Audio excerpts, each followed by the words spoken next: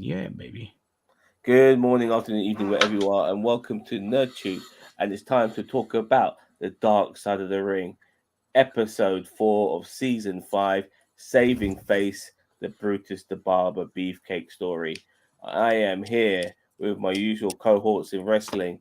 First of all, we have Brutus the Big Boy Beefcake, also known as Ginger Greek. How you doing? Good, good. There's nothing here to snip, so I'll just do a bit more of this. There we go. Wonderful, wonderful. And as always, future Hall of Famer Gaz, how you doing? I do real well. Wonderful. So Hello, let's get Rick. straight to hello Rick, hello Netherverse. Let's get straight to it, shall we? So Ed Leslie, also known as Brutus Beefcake, he was actually called because the video I gave you initially showed the first few minutes. He was actually called Brutus Beefcake because of his backside. Apparently, he had beefcakes for back as a backside, and Yeah, that's the why. beefcake part. Yeah. Yeah, so yeah, interesting. But he also saw Miss Leslie saw him on Brutus on TV, and she wanted him. She wanted to get it on with him, and Beefcake obviously obliged because she was gorgeous. But then they stopped. They didn't see each other for a long time after that. But because of the beauty of the internet, they ended up getting back together again, and now they're married, which is absolutely fantastic. Beefcake was childhood friends with the Hulkster brother, and Hogan was actually in the band. Something I did know, by the way. He's actually a very good musician. Hogan. I think he can play a few instruments. I think he can play either drummer and either guitarist and a bass guitarist. Um, Oh, yeah. I think I know. I know I can play bass. yeah. Usually, in order to play bass, you got to play guitar first, anyway. So I think one leads to Oh, the other. okay. I think. Usually, I've people never, I've don't. never seen him. Yeah, I've never seen him play a guitar. I've seen him play bass. Well, but Oh, I'm sure he has.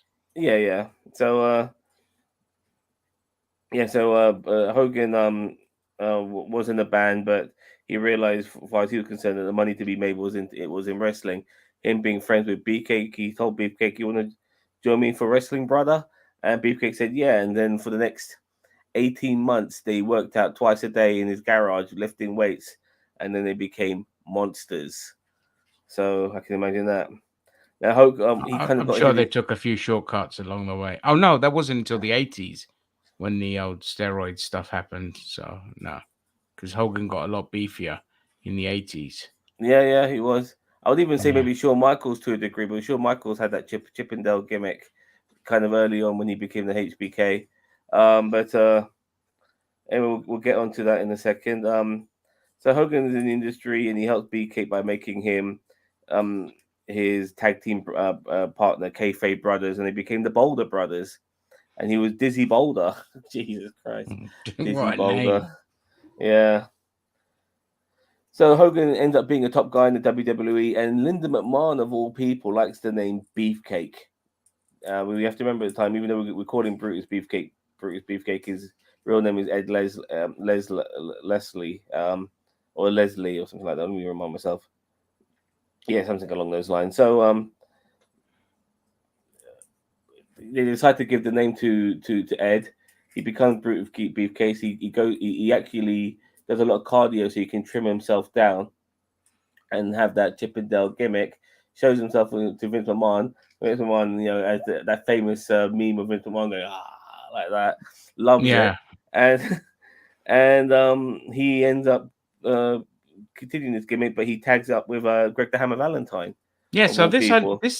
this part I never knew. I never knew that him and Greg Valentine were tag team partners. Yeah, I think just to help him, but it's funny in a way because the gimmick he has, and Greg Valentine being this like technical guy who's kind of no nonsense. And I mean, the only time I remember having a gimmick is when he was part of Rhythm and Blues, and they made Yeah, him like some sort of Johnny Cash type of character. that's right. You know what Yeah. I mean? But Yeah. I just other remember than him that, as a big jobber. yeah, I mean, he always played it straight though. He never really necessarily had to have a gimmick. He was just like this technical guy, but yeah, straightforward. Yeah. No frills. But nevertheless, he partnered with Bruce, and I think they became the Dream Team Yeah. The Dream for Team. Yeah. a while. But eventually, they split up as all tag teams do, or usually do, and they decided to put a white cloak on him and give him some scissors, and they told Brutus, "You're not going to be the barber." And Brutus really hated this. Like he thought, "What is this all about? I don't want to be the barber." You know, I'm Brutus Beefcake. And then lo and behold, of all the people, Hulk Hogan tells him, "Well, look, why don't you put somebody in a sleeper hold, put them to sleep, and then cut their hair afterwards?" And lo and behold, that's probably the best thing to happen to Brutus, because that became a top tier gimmick, and Yeah, he was Gaz had his smoking hot. hand up. So Yes, guys. Gaz. Sorry, I missed that. You missed out his tag teaming with Grindaham Valentine in the Dream Team, which No, I is we just mentioned that. talked about that. You uh, not We, been no, paying we, attention. no, I you was weren't paying paying. attention, but you were about that much. But Well, like there's they not really were, much to go on, dude. You know what I they, mean? no, they were tag team champions when tag team championship actually meant something. All right, fair enough. So But they were actually a pretty decent tag team. I mean, like I'm not going to say they're the Bulldogs or the Heart Foundation, but they were pretty good tag team from what they were. And as I said, Ed Leslie was when he first started wasn't the best wrestler in the entire universe because he didn't really get trained. Hulk Hogan was the one who got trained by Hiro Matsuda. Ed Leslie was basically getting trained by telephone. By So basically, yeah, so like by Hulk Hogan, probably. yeah, yeah. no, that's what I mean. Like Hulk Hogan That's was what it was. He basically was getting Hogan by Hogan. Yeah. yeah, it's like I'm sorry, that's not how it works. You have to actually get hands on to know what you're doing, what you're not doing, and that's why a lot of people early on said he was very green, but had a lot of like things to his advantage that he was good looking, he was in shape, he was a good athlete. The fact that he would listen to a lot of people, he had Yeah, things that were in his charisma. Yeah. yeah, it's Yeah, exactly when he became Beefcake, I mean, he was a very good looking guy because he trimmed himself down, he cut off, he cut all the trimmed the fat, so to speak. Tried to make himself look like a Chippendale, and and he was very popular with the ladies. Greg the Hammer Valentine mentioned that he had girls fawning over him. So anyway, back to Brutus, being the barber. When he was given this gimmick, he didn't like it. But then, obviously, as I said earlier, Hogan told him what he should do: sleeper holds, cut their hair. He started doing that, and my God, did he get over? And he was seriously over, like really popular. God knows what would have happened to him if he didn't have that accident, because that's the thing for Brutai, because things were going so well for him. He's beating people like Mr. Perfect.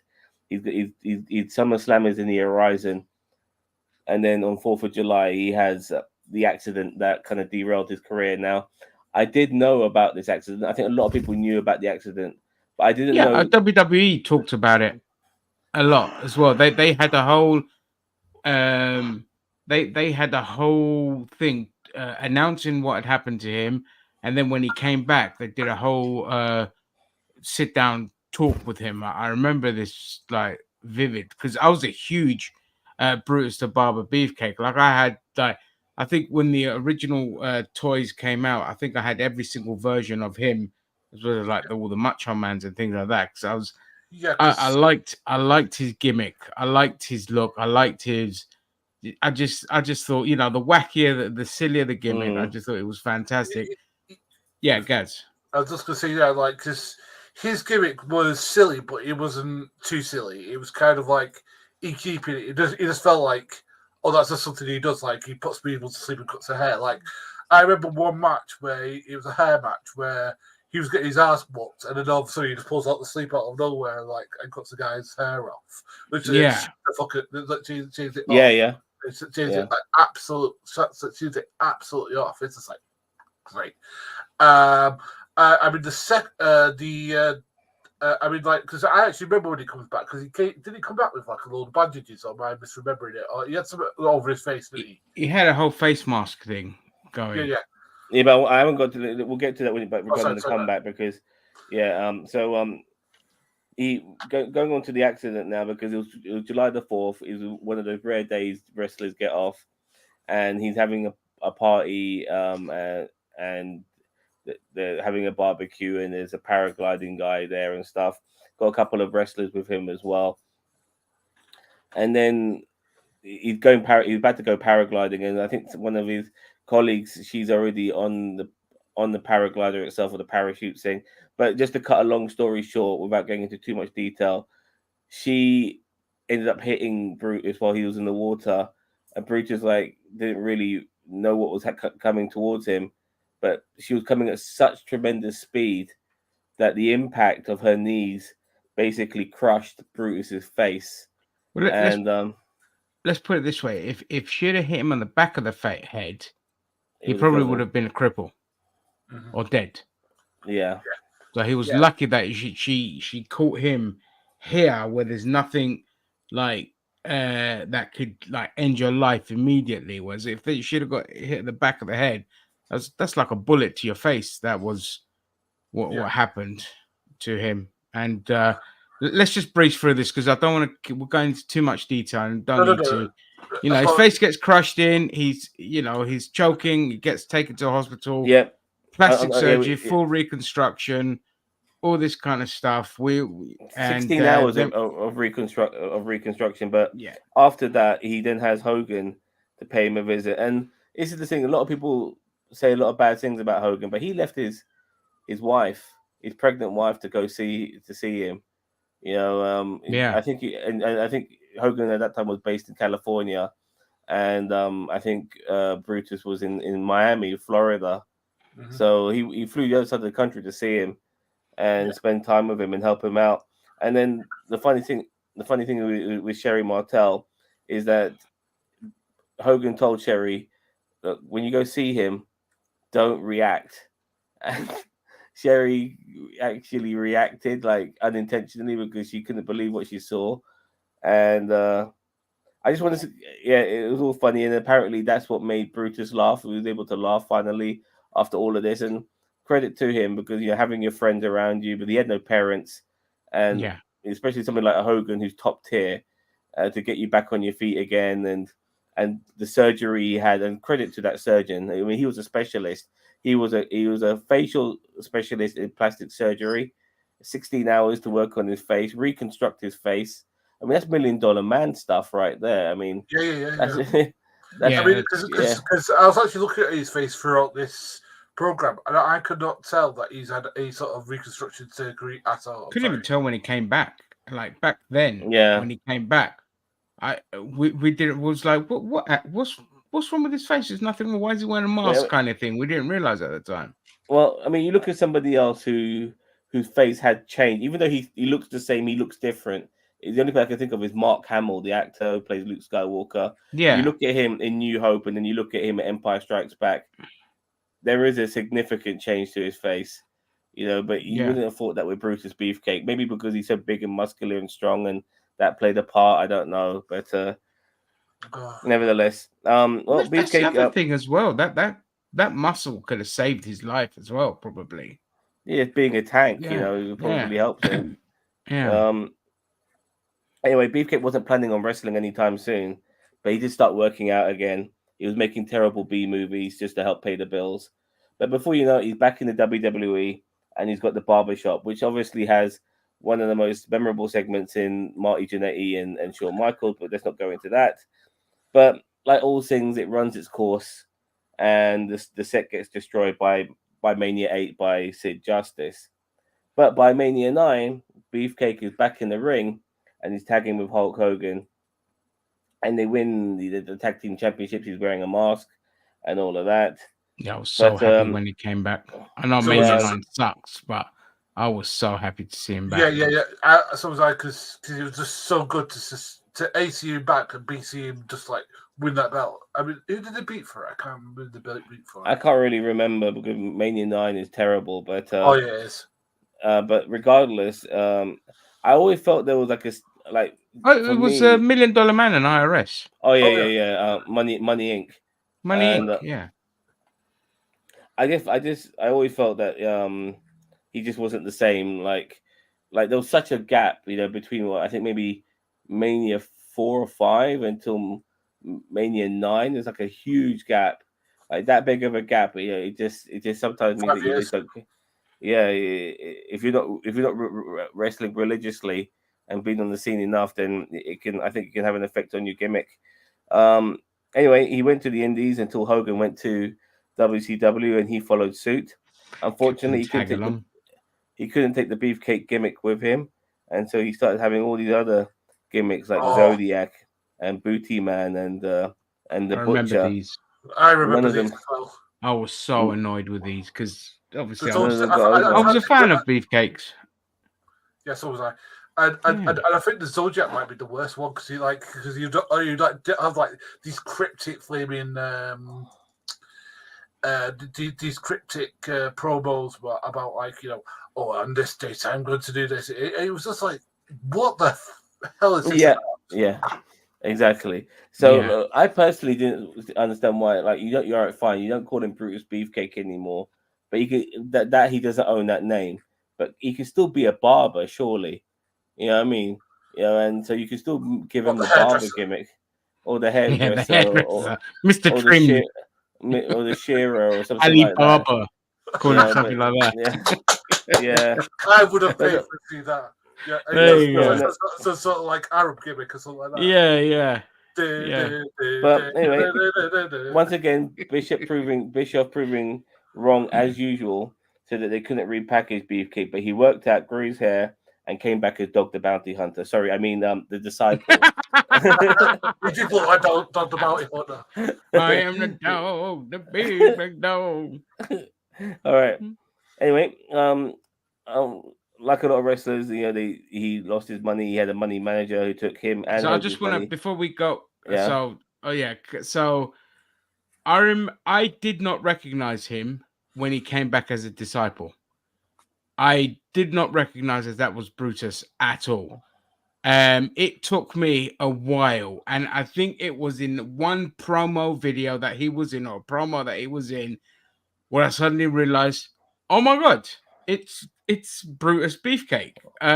He looked incredible. Like that was probably the best shape he had ever been in his life. Like he got so cut, so trim, and yet so like I actually think not necessarily cut, but I think he tanked up, like, because I think he was more trimmer as the Beefcake, but I think he no. puts himself He'd up gotten down. as a He'd gotten disciple. down. He'd even said it in there. He'd gotten down to just 5% He was body 45 fat. as well, which is pretty good, you know. Yeah, and he looked incredible. Like Meat cake. I was blown away.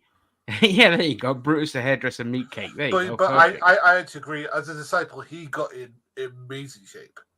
Yeah, Amazing shape.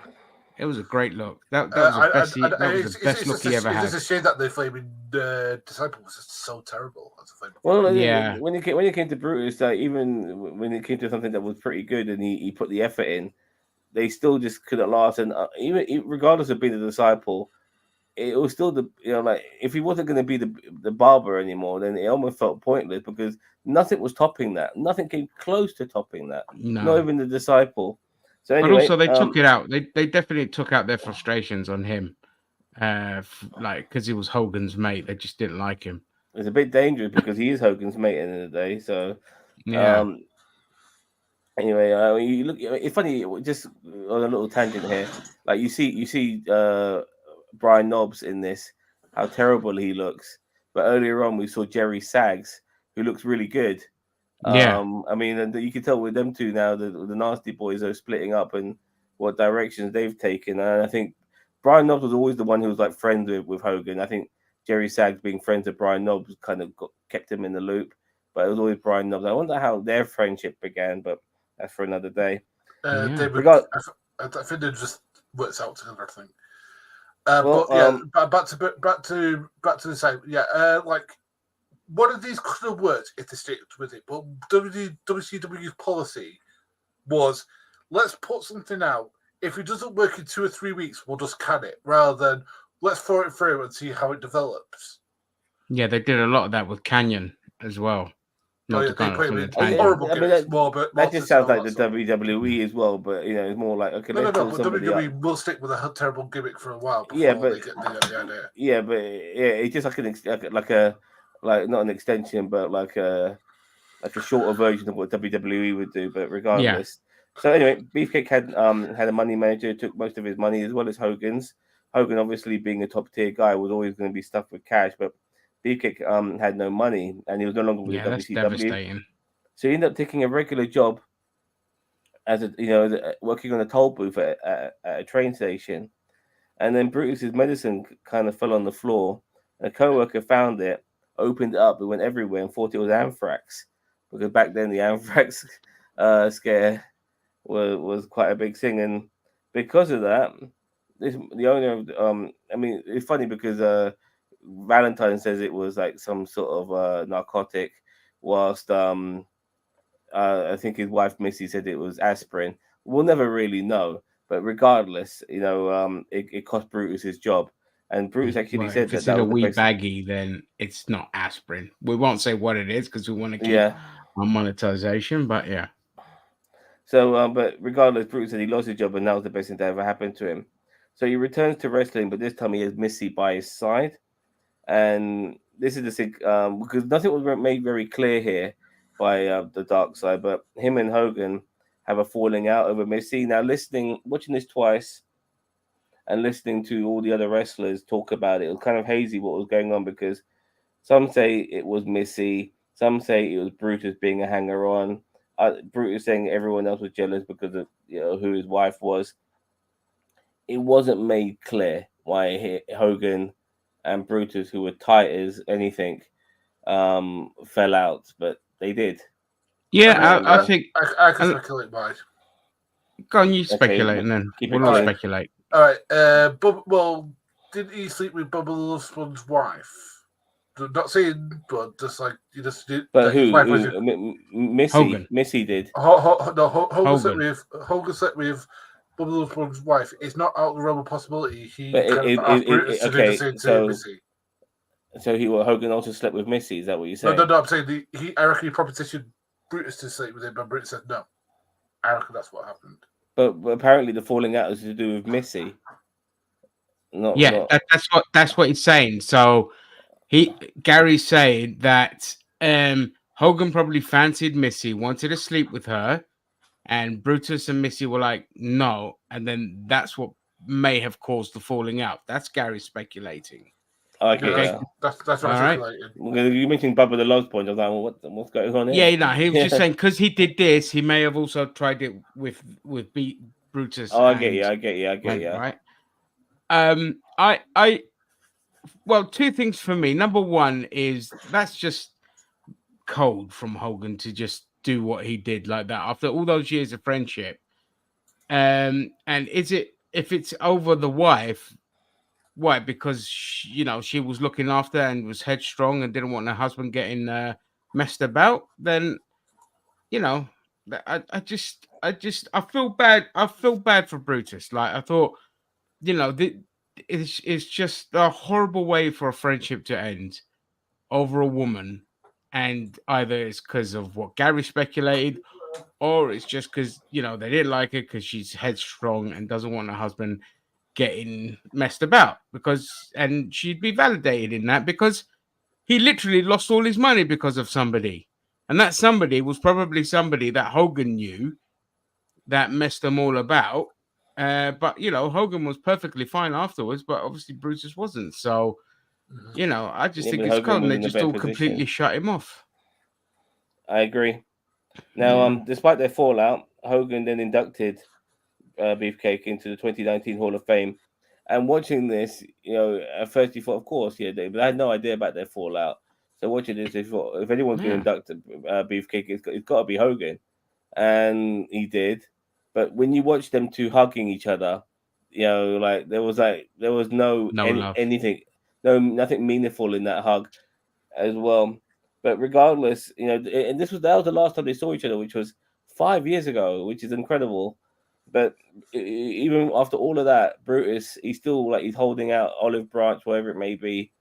He still wants to be friends with Hogan, and that's pretty much the episode. But what I got out of all of this was, validation of why I like Brutus Beefcake so much.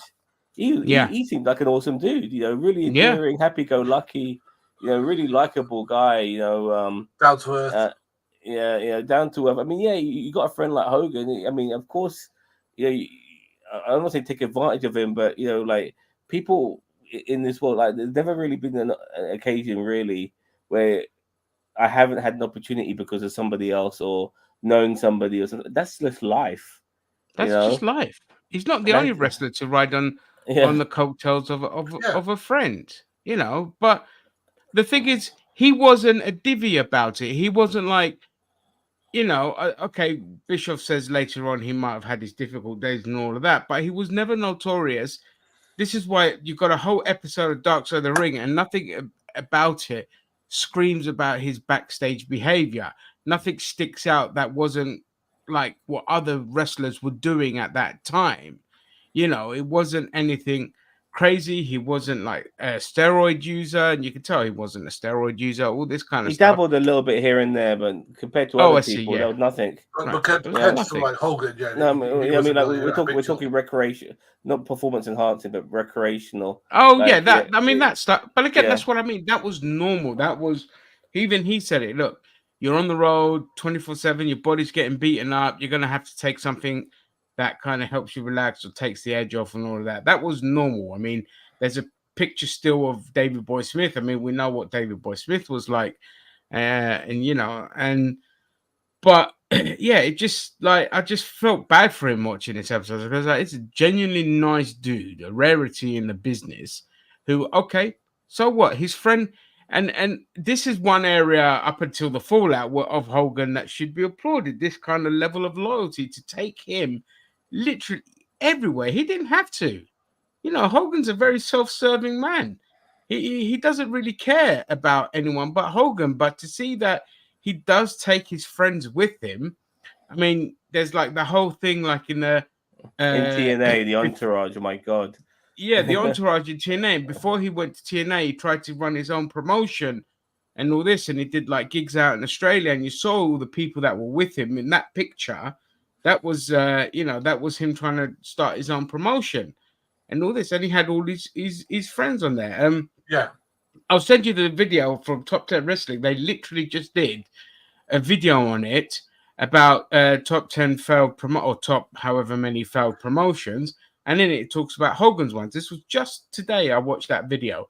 So it was quite funny that it fit in. Yeah, it fit in with the Dark Side episode. I'll send it to you guys. Yeah, because like the thing is that the wrestling's full of, because a lot of these guys train with each other. Like, for example, Chris Candido got D'Lo Brown a job at Smoky Mountain, which led to his job at WWE. Those are people are like friends with people and to say, "Oh, I've trained with this guy," or "I'm friends with this guy." You should give him a look because he's good. Like Lanny Buffalo got flaming.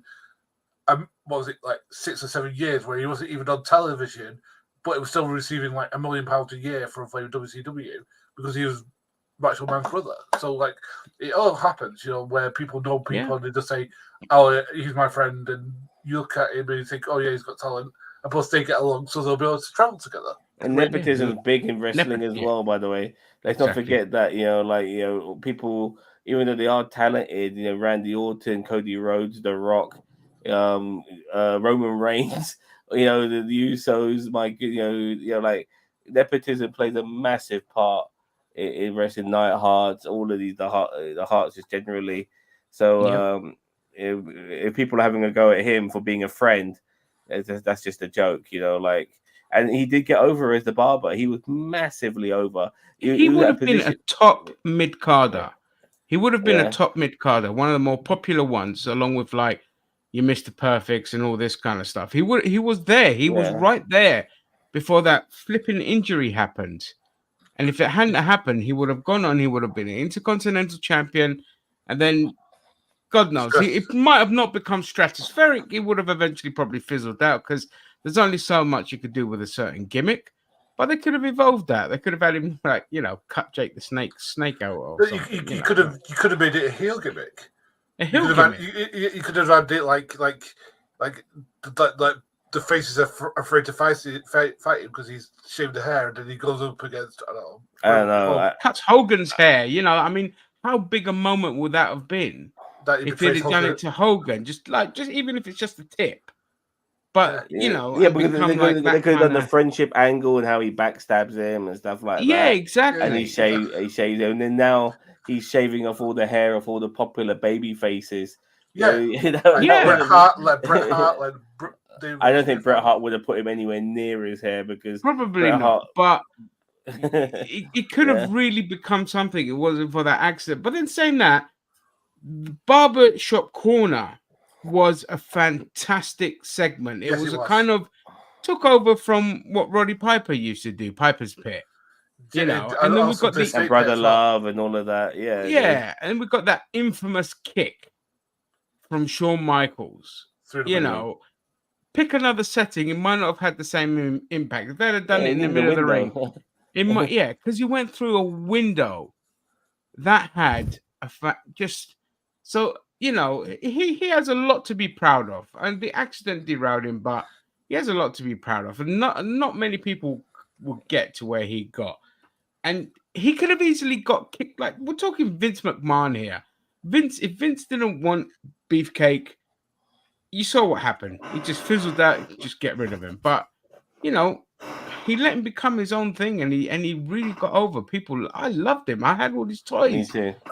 He was one of my favorite. I mean, because I was never a WWE fan. I was more of a WCW fan. But when it comes to WWE wrestlers, he was one of the ones I liked because he was believable, even though his gimmick was a kind of a little bit ludicrous. It was ludicrous in the right way, where what he did, but he was also really charismatic with it. Like he'd like take the shears and do all that sort of stuff, and he'd do like the wide eyes with it. Of everything that worked, his look, his character, his persona, his tights even, which looked all shredded like he's been cut. I love those tights so much. Yeah, everything about him. You know, then the shears, the maniacal look. Let's not understate his eyes because they look so maniacal. And that's what helped get him over. Yeah. When he would do that with the shears, it was awesome. Yeah. And I'm sure there's one tights he had where he had like little like scissors on them, and it's like yes, they know exactly what they're doing. Yeah, I'll take a beefcake haircut. Me too. Not now. There's nothing there, but I watched one of like the like the WWE memorabilia stuff, and he was there to determine if one of these shears was actually his that he used when he was the beefcake, so when he was the barber, and yeah, it was, and then they put it in their Hall of Fame museum and stuff like that. You know, awesome. Yeah, he's awesome, man. There'll be nothing like him. I think the closest that came to him, I was about to say Rico. Remember Rico?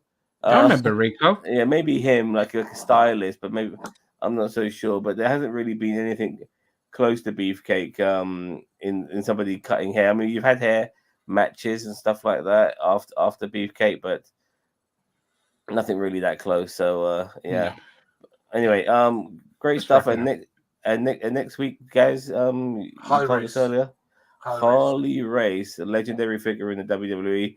I'm sure he has lots of skeletons in his closet that needs to be spoken about, as well as somebody who's elevated many people in the industry. I look forward to watching his story. Until then, thank you very much to Brutus Big Boy and Gaz. Don't forget to like, share, subscribe to NerdTube, the greatest YouTube channel you never heard of. Take care now. Bye-bye.